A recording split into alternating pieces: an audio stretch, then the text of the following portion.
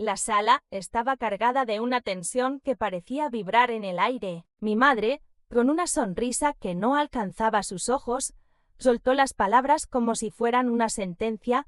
«Tienes 30 días para irte, Carmen. Vendimos tu departamento a Lisa». Sonreí, sosteniendo un documento en la mano. En realidad, mamá, la abuela me dejó 2 propiedades. El silencio que siguió fue tan denso que podría haberse cortado con un cuchillo. La sonrisa de mi madre se desvaneció, el rostro de mi hermana Lisa se congeló en una mueca de incredulidad, y mi padre dejó caer el periódico que sostenía, sus ojos fijos en mí. «¿Qué estás diciendo, Carmen?», preguntó mi madre, recuperando la compostura, aunque su voz temblaba. «Tu abuela solo tenía ese departamento, según este documento».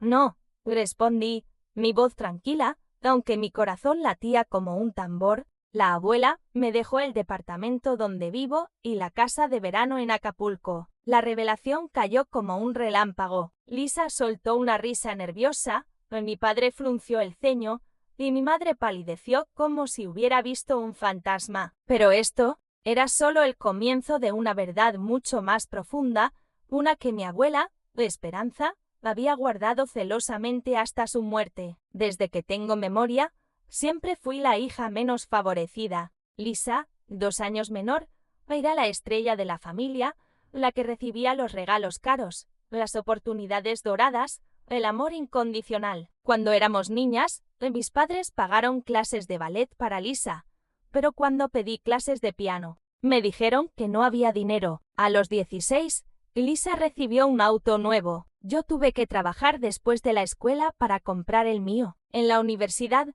ellos cubrieron una privada para Lisa, mientras yo luchaba con becas y préstamos en una pública. A mis 34 años, me había resignado a valerme por mí misma, trabajaba como contadora en una constructora, vivía en un modesto departamento que creía prestado por mi abuela y mantenía una relación distante con mi familia. Pero todo cambió cuando mi madre me citó en su casa para darme la noticia: habían vendido mi departamento a Lisa, quien, recién casada con Esteban, un ejecutivo bancario, necesitaba un hogar. Según ellos, la abuela les había dejado la propiedad y podían disponer de ella. «No hay forma de que esto sea legal», lo protestó mi padre, arrancándome el documento de las manos. Lo revisó, sus cejas frunciéndose más con cada línea. «Esto debe ser un error. Tu abuela nunca mencionó que te dejaría algo». «No es un error, papá», respondí, conteniendo la furia. «El notario me contactó hace una semana. La abuela modificó su testamento hace 2 años. Me dejó el departamento y la casa de Acapulco, que todos creían vendida». Lisa soltó una risa amarga. «¿Por qué te dejaría todo a ti? Yo también era cercana a ella». «No lo sé, Lisa», dije, sincera, «pero los documentos son legales. Todo está en regla». Mi madre, con una mano en el pecho, me miró con ojos encendidos. «¿La manipulaste? Siempre fuiste buena para dar lástima, Carmen. Seguro la convenciste cuando estaba débil». Sus palabras me cortaron como vidrio. Toda mi vida había luchado por demostrar mi valor, por ser vista como igual a Lisa. Y ahora, cuando finalmente alguien me había valorado lo suficiente para dejarme algo, mi propia madre me acusaba de engaño. «La abuela estaba lúcida cuando cambió su testamento», respondí, mi voz firme. «Y no sabía nada de esto hasta hace una semana». Mi padre se acercó a mi madre, susurrándole, pero lo suficientemente alto para que lo oyera: «Hablaré con nuestro abogado. Tiene que haber una forma de impugnar esto». «Pueden intentarlo», dije, levantándome, «pero les aseguro que todo está en orden». Lisa se acercó, su rostro una mezcla de rabia y desesperación. «¿Te das cuenta de lo que has hecho? Esteban y yo contábamos con ese departamento. Ya compramos muebles». Por un instante, casi sentí lástima, pero entonces recordé todas las veces que me había conformado con menos mientras ella tenía más. «Lo siento, Elisa», dije, sin sentirlo. «Ese departamento es mío, y no pienso cederlo». Un diario que revela secretos. Al día siguiente, mientras ordenaba documentos en mi oficina, recibí una llamada de mi padre. Su voz estaba tensa, como si contuviera una tormenta. «Carmen, Necesitamos hablar. Tu madre está devastada. ¿Devastada porque la abuela me dejó algo o porque no pueden quitármelo? Respondí, incapaz de contenerme. No seas insolente, gruñó. Tu madre ha llorado toda la noche. Piensa en lo que le estás haciendo a la familia. Me quedé en silencio, sintiendo la culpa, intentar colarse en mí. Era un patrón familiar. Yo ponía límites, ellos me hacían sentir culpable. Yo cedía, pero esta vez no lo haría. Lo siento por mamá, pero no he hecho nada malo. Lisa y Esteban pueden buscar otro lugar. Vamos a impugnar el testamento, continuó él. Nuestro abogado dice que podemos alegar que tu abuela no estaba en sus cabales. La sangre me hirvió. Siempre había aceptado mi papel como la hija que recibe menos. Pero esto era demasiado. Adelante, háganlo, dije. Pero tengo grabaciones de conversaciones con la abuela de los últimos años. Estaba lúcida. Y también tengo mensajes tuyos y de mamá planeando vender mi departamento sin consultarme. ¿Nos grabaste? Su voz era pura incredulidad. No a ustedes, aclaré. Grababa a la abuela porque me contaba historias que quería conservar. Y los mensajes los sexta cuando Lisa usó mi teléfono y olvidó cerrar su chat contigo. Colgó sin despedirse. Sabía que había empeorado las cosas, pero también que no se detendrían. Esto no era solo por propiedades. Era una batalla por años de injusticias. Esa tarde, al llegar a mi departamento, me encontré con Elena, mi vecina de 67 años y amiga cercana de mi abuela. Estaba regando sus plantas, pero sus ojos brillaban con un secreto. Carmen, querida, ¿cómo estás? Me enteré del testamento, dijo con naturalidad. ¿Cómo lo sabes? Pregunté, sorprendida. Tu abuela me lo contó cuando lo modificó, respondió, dejando la regadera. Estaba preocupada de que tu familia intentara anularlo. Me pidió que fuera testigo si era necesario. Sentí un nudo en la garganta. Mi abuela había previsto todo. ¿Te dijo por qué me dejó las propiedades? No pude evitar preguntar. Elena me miró con ojos sabios. Dijo que era hora de equilibrar la balanza, que toda tu vida habías recibido menos que Lisa, y que eras la única que la visitaba sin pedir nada, solo por amor. Las lágrimas amenazaron con salir, pero las contuve. Hay algo más, añadió Elena, bajando la voz. Tu abuela guardaba un diario. Me pidió que te lo entregara si había problemas con el testamento. Lo tengo en mi casa. Esa noche, sentada en mi sofá con el diario de mi abuela, comencé a leer. Las páginas estaban llenas de recuerdos o reflexiones. Y, para mi sorpresa, muchas entradas sobre mí y Lisa. Mi abuela había notado durante años cómo mis padres favorecían a mi hermana, cómo yo luchaba por ganarme un lugar. Una entrada me dejó sin aliento. Hoy, Lucía y Roberto pidieron dinero para la boda de Lisa. Les di lo que pedían, pero cuando mencioné que Carmen necesitaba ayuda con sus estudios de posgrado, dijeron que ella podía trabajar. No es justo. Carmen siempre ha tenido que esforzarse el doble para recibir la mitad. He decidido cambiar mi testamento, pero había algo más, algo que me heló la sangre. Una entrada posterior hablaba de un secreto familiar que mi abuela había jurado no revelar, pero que la atormentaba. Algo sobre mi madre y una traición en su juventud que había marcado su relación con su hermana María, mi tía que vivía en España. No daba detalles, pero decía, si Carmen alguna vez lo descubre, cambiará todo, pero no soy yo quien debe contarlo. Mientras intentaba procesar el diario, recibí un correo electrónico inesperado. Era de un tal Javier Morales, un abogado que decía representar a un interesado anónimo. En el testamento de mi abuela, el mensaje era breve, pero inquietante. Estimada señorita Vega, represento a una parte que tiene información relevante sobre el testamento de Esperanza Vargas. Le solicito una reunión para discutir un asunto que podría afectar sus derechos sobre las propiedades. Le aseguro que esto es de suma importancia. Mi primer instinto fue ignorarlo. Otro abogado, otro intento de mi familia para despojarme de lo que era mío, pero algo en el tono del mensaje me hizo dudar. Llamé a mi abogada, Sofía, y le conté. ¿Podría ser una trampa?, dijo ella, frunciendo el ceño, pero también podría ser algo que no esperamos. ¿Vamos a la reunión?, pero con cautela. La reunión tuvo lugar en un café discreto en el centro de la ciudad. Javier Morales resultó ser un hombre de unos 40 años, con un traje impecable y una mirada que parecía calcular cada palabra. Nos sentamos en una mesa apartada y él fue directo al grano. Señorita Vega, mi cliente tiene información que podría cuestionar la validez del testamento de su abuela. No estoy aquí para amenazarlo, sino para proponer una solución que beneficie a todas las partes. ¿Quién es su cliente?, pregunté, cruzando los brazos. No estoy autorizado a revelarlo aún, respondió, deslizando una carpeta hacia mí, pero puedo asegurarle que esta persona tiene pruebas de que el testamento fue modificado bajo circunstancias inusuales. Abrí la carpeta con cautela. Dentro había copias de documentos médicos que sugerían que mi abuela había estado tomando medicamentos fuertes en los últimos años de su vida, junto con una carta anónima que acusaba a una persona cercana de haberla presionado para cambiar su testamento. ¿Esto es todo?, pregunté, conteniendo la rabia. Documentos médicos y una carta sin firma. Esto no prueba nada. ¿Hay más?,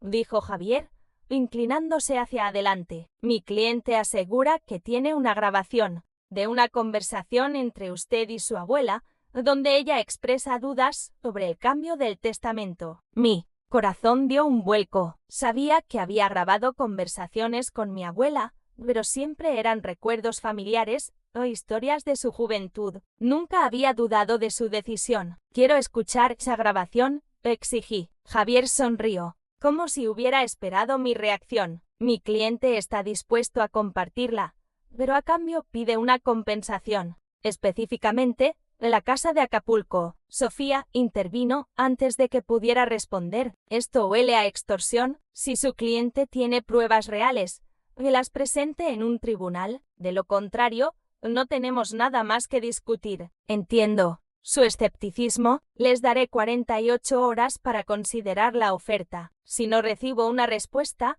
mi cliente hará pública la grabación, y créanme, no les convendrá el escándalo. Cuando salimos del café, mi mente era un torbellino. ¿Quién era este cliente misterioso? ¿Era alguien de mi familia, un primo lejano, un amigo de mi abuela, o era una farsa para asustarme? Tenemos que investigar a este Javier Morales, dijo Sofía mientras subíamos a su auto. Y necesitamos revisar tus grabaciones con tu abuela. Si hay algo que pueda ser malinterpretado, debemos estar preparadas. Esa noche, revisé todas mis grabaciones con mi abuela. Eran horas de conversaciones, ella contándome sobre su infancia en un pueblo de Jalisco, sus viajes con mi abuelo, sus peleas con mi madre. Pero en una grabación, y hace 2 años, encontré algo que me hizo detener el reproductor. Carmen, a veces me pregunto si estoy haciendo lo correcto, decía mi abuela, su voz frágil pero clara. Cambiar el testamento es una decisión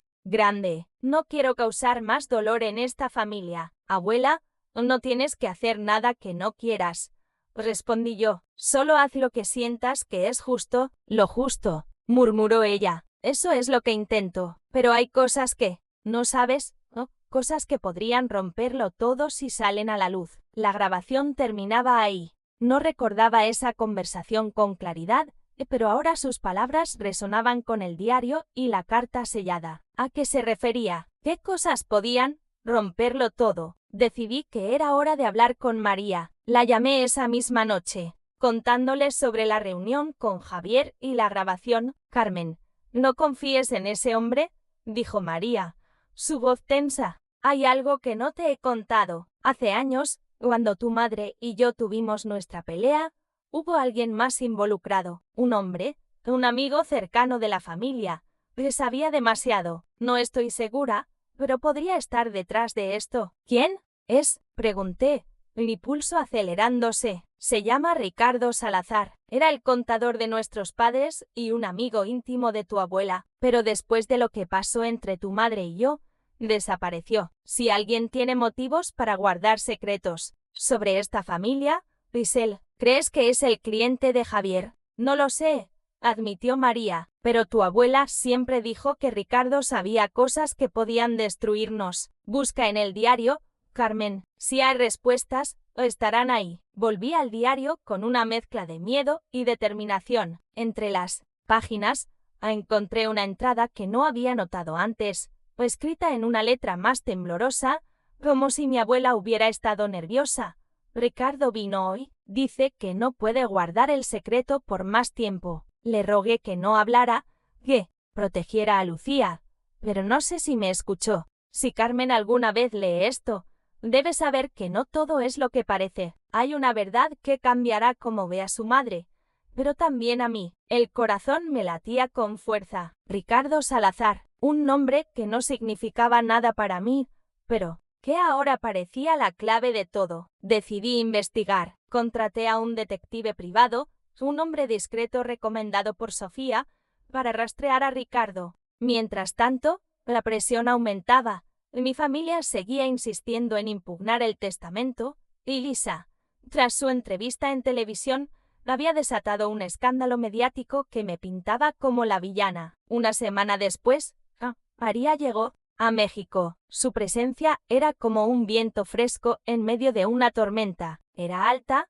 con el cabello plateado y una elegancia que contrastaba con la rigidez de mi madre. Organizó una reunión en casa de mis padres, y yo asistí con el corazón en un puño, llevando el diario y la carta sellada, aún sin abrir. La tensión en la sala era palpable. Mi madre, sentada en su sillón favorito, parecía un animal acorralado. Mi padre estaba callado, sus manos apretadas en el regazo. Lisa, en un rincón, evitaba mi mirada. María, con una calma que desarmaba, tomó la palabra. «Gracias por venir, Carmen», dijo, señalándome un asiento. «He tenido una larga conversación con Lucía, Roberto y Lisa. Hay cosas que deben salir a la luz antes de que esta familia se destruya por completo». Mi madre se puso de pie, furiosa. «No tienes derecho a venir a mi casa a desenterrar el pasado». «No es el pasado, Lucía», respondió María, sacando un sobre amarillo de su bolso. «Son cartas que le escribiste a mamá durante años. Muestran un patrón de celos, de manipulación. Y hay algo más, algo que mamá quiso que Carmen supiera». Lisa, inesperadamente, habló.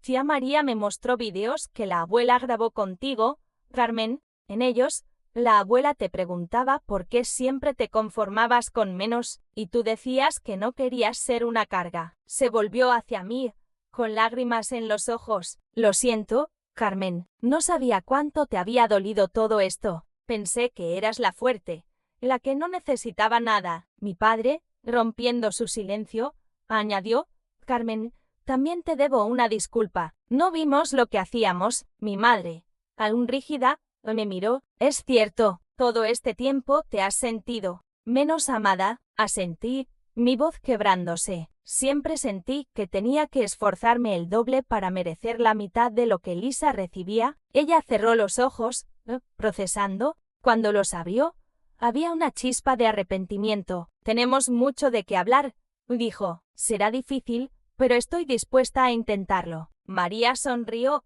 pero su mirada se endureció al volverse hacia mi madre. «Lucía, ¿hay algo más? Mamá dejó una carta para Carmen, y creo que es hora de que la abra. Pero antes, debes decir la verdad sobre Ricardo Salazar». El nombre cayó como una bomba. Mi madre palideció, y mi padre la miró, confundido. «Ricardo», preguntó él, «¿qué tiene que ver él con esto?». María no apartó la mirada de mi madre. «Díselo, Lucía, o lo haré yo». Mi madre temblaba, pero finalmente habló. Su voz apenas un susurro. «Ricardo era más que el contador de mis padres. Era alguien importante para mí. Antes de conocer a tu padre, tuvimos una relación, pero cuando María se fue a España, Ricardo cambió, se volvió distante, y yo cometí un error». «¿Qué error?», pregunté, mi corazón latiendo con fuerza. «Le conté a mamá algo que María me había confiado en secreto», admitió mi madre, las lágrimas corriendo por sus mejillas. «Era algo personal, algo que arruinó su oportunidad de estudiar en el extranjero. Lo hice por celos, porque no soportaba que ella siempre fuera la mejor». Ricardo lo supo y me confrontó. Me dijo que nunca me perdonaría por traicionar a mi hermana. María asintió, su rostro una mezcla de dolor y resignación. Esa traición me costó años de mi vida, Lucía. Pero lo peor fue que mamá lo supo y, en lugar de enfrentarte,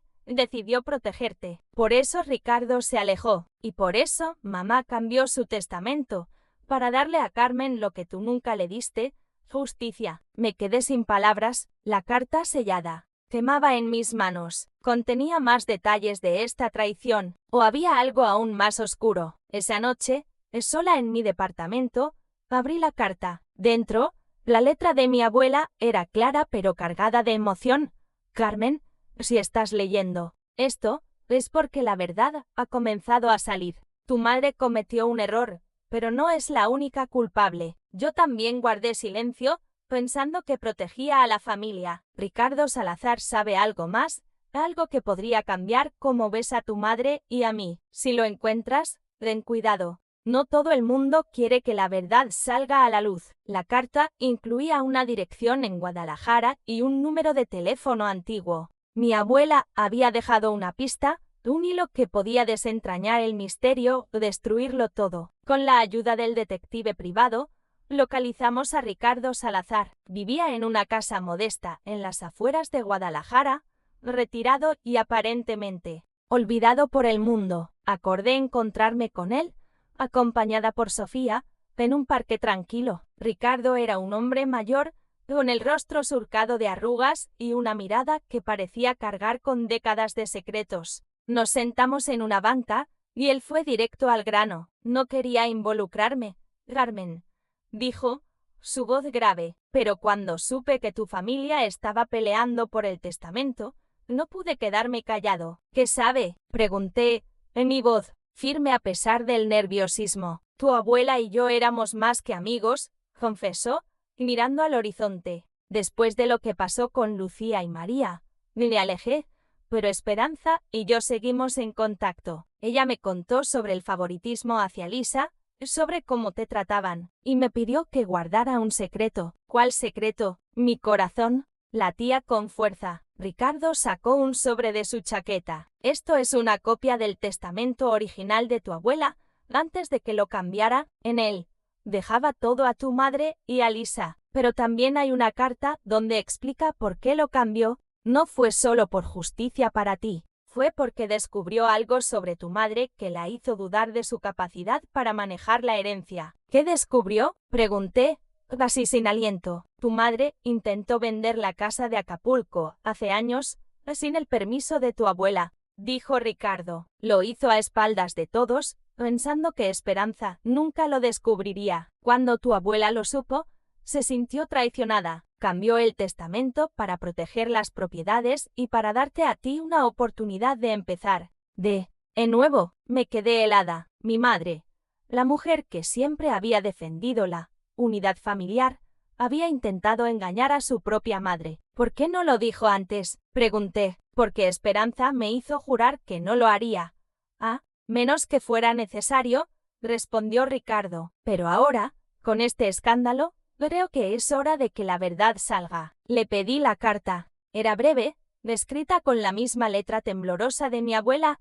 Si alguien lee esto, que sepa que mi decisión no fue por venganza. Lucía rompió mi confianza y no podía dejarle las propiedades, sabiendo que las usaría para perpetuar las desigualdades en esta familia. Carmen, tú eres mi esperanza. Usa lo que te dejo para construir algo nuevo, algo mejor. Con la carta de mi abuela y la confesión de Ricardo, tuve todo lo que necesitaba para cerrar el caso. Mis padres retiraron la impugnación del testamento, y Lisa, tras retractarse públicamente, aceptó un acuerdo extrajudicial. Pero la verdadera transformación vino de dentro. Renuncié a mi trabajo y abrí mi consultora financiera, que creció más rápido de lo que imaginé. Reconecté con Miguel, y juntos comenzamos a construir una vida que nunca creí posible. La casa de Acapulco se convirtió en una propiedad de alquiler, y con las ganancias creé un fondo para el hijo de Lisa, y mi sobrino, que nació meses después. Mi